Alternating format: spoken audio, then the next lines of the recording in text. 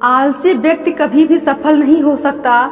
जिसे अपने जीवन में ऐशो आराम प्यारा है, उसे मेहनत करना अच्छा नहीं लगता। भला वो व्यक्ति कैसे सफल हो सकता है? इसलिए आप कोई काम करना चाहते हो तो आप अभी से आलस त्याग दीजिए। अपने काम को कभी कल पर नहीं टालना चाहिए, क्योंकि वो व्यक्ति समय की महत्वपूर्णता न समझकर उसे व्यर्थ में भी गंवाता है। अंत में उसके पास कुछ करने के लिए समय नहीं मिलता। किसी व्यक्ति को अपने जीवन में सफल न होने के सबसे मुख्य कारण होते हैं खुद पर भरोसा न होना। जीवन में वही व्यक्ति सफल होता है जिसे खुद पर भरोसा हो। जिस व्यक्ति को खुद पर भरोसा नहीं, वो कभी भी सफल नहीं हो सकता। सिर्फ वो लोग आपकी परवाह करते हैं जो आपको जब भी सुन सकते हैं जब आप चुप होते हैं।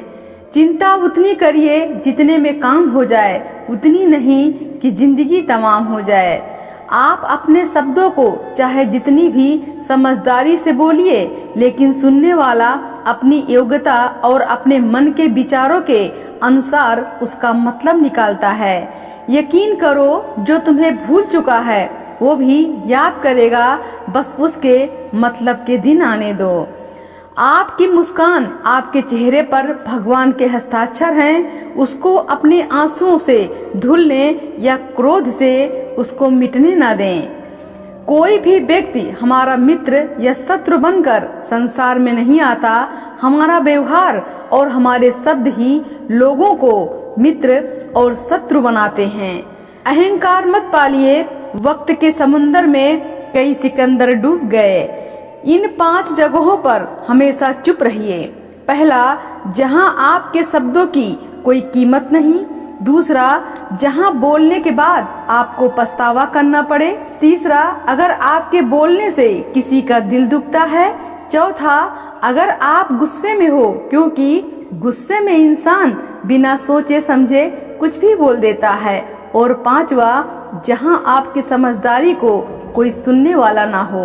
किसी का कष्ट देखकर अगर आपको भी कष्ट होता है तो समझ लेना आपकी आत्मा में भगवान विराजमान हैं। जो तुमसे तंग आ जाए उसको छोड़ दो, क्योंकि बोझ बनने से अच्छा है याद बनना। किसी इंसान के आज के देखकर उसका मजाक मत उड़ाओ, क्योंकि समय में इतनी शक्ति है कि वो कोयले को भी धीरे धीरे हीरे में बदल देता है। इंसान का काम तमाम करने वाला शब्द है कल करूँगा। ना तो अधिक बोलना अच्छा है, ना ही जरूरत से ज्यादा चुप रहना अच्छा है। जैसे बहुत अधिक वर्षा होना भी अच्छा नहीं, वैसे बहुत अधिक धूप भी अच्छी नहीं होती। विचार कीजिए, जब हमारा जन्म हमारी मर्जी से नहीं होता तो मरण भी हमारी मर्जी से नहीं होता। इस जन्म और मरण के बीच में होने वाली सारी व्यवस्था हमारी मर्जी से कैसे हो सकती हैं? जिंदगी में हर मौके का फायदा उठाओ, पर किसी के मजबूरी का नहीं। जो दिल में है उसे कहने की हिम्मत रखो, और जो दूसरों के दिल में है उसे समझने की समझ रखो। रिश्ते कभी नहीं टूटेंगे। अपनी लगन, धैर्य, हिम्मत और सकारात्मक विचारों के सहारे इंसान अनेक विकट परिस्थितियों में भी सफलतापूर्वक बाहर आ सकता है। ये एक निश्चित बात है कि आप काम खत्म नहीं कर सकते अगर आप काम शुरू नहीं करेंगे। किसी भी काम का सबसे कठिन हिस्सा काम को शुरू करना है। कभी हार मत मानो। आज कठिन है, कल बदतर होगा, लेकिन कल के दिन के बाद सुनहरा होगा। बदन है मिट्टी का, सांसें उधार हैं। घमंड भी है तो किस बात का, यहाँ तो हम सब किराएदार हैं।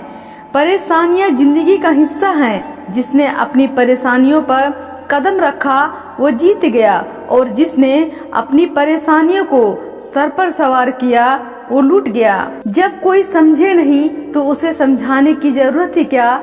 जब कोई माने नहीं तो उसे मनाने की जरूरत ही क्या? जिन रिश्ते में एक दूसरे की फीलिंग्स की रिस्पेक्ट नहीं, तो उन रिश्तों को जबरदस्ती खींचने की जरूरत ही क्या?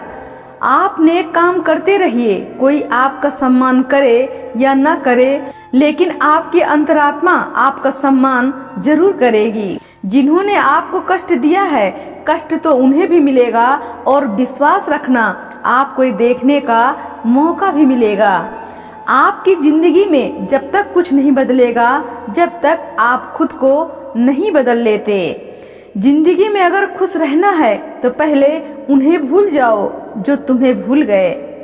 किसी के स्वाभिमान पर बार बार चोट पहुंचाई जाए तो रिश्ता कितना भी प्यारा क्यों न हो, आखिर में टूट ही जाता है।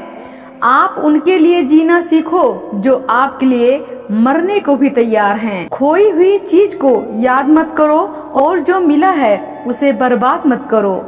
जो लोग अंदर से मर जाते हैं अक्सर वही लोग दूसरों को जीना सिखाते हैं। खुद पर विश्वास होना चाहिए। जिंदगी तो कहीं से भी शुरू हो सकती है।